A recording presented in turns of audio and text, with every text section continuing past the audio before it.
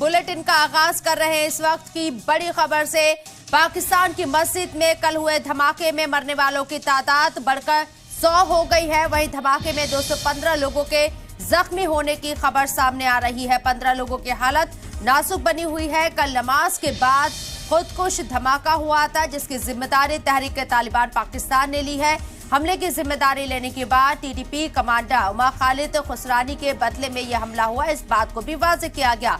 वाज़ेह रहे कि पिछले अगस्त में अफगानिस्तान में मारा गया था उमर खालिद। ये बड़ी खबर आपको बता रहे, पाकिस्तान के पेशावर में कल जौहर की नमाज के बाद धमाका हुआ था, खुदकुश धमाका था और इस ब्लास्ट में अब मरने वालों की तादाद 100 पहुंच गई है, जबकि जख्मियों का आंकड़ा 200 को पार कर गया है। 215 जख्मियों का आंकड़ा बताया जा रहा है। वहीं 15 लोगों की हालत नाजुक बनी हुई है।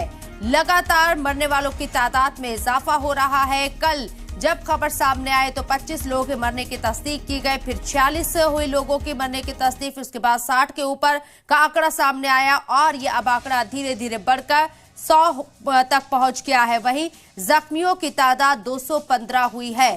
टीटीपी के जरिए इस खुदकुश धमाके की जिम्मेदारी ली गई और बताया गया कि क्या वजह थी जिसकी वजह से यह अटैक किया गया, यह खुदकुश धमाका किया गया। टीटीपी कमांडर उमर खालिद खुसरानी के बदले में यह हमला हुआ है, जहां पिछले अगस्त में अफगानिस्तान में उमर खालिद मारा गया था और इसका बदला लेने के लिए टीटीपी ने यह धमाका किया है। पाकिस्तान में वैसे ही हालात बद से बदतर होते हुए नजर आ रहे हैं। माशी बहरान की अगर बात करें तो लगातार पाकिस्तान डूबता हुआ नजर आ रहा है। इस बीच इस तरह का बड़ा धमाका पाकिस्तान के लिए बहुत खतरनाक, बहुत नुकसानदायक। 100 लोगों की मौत हुई है कल हुए धमाके में।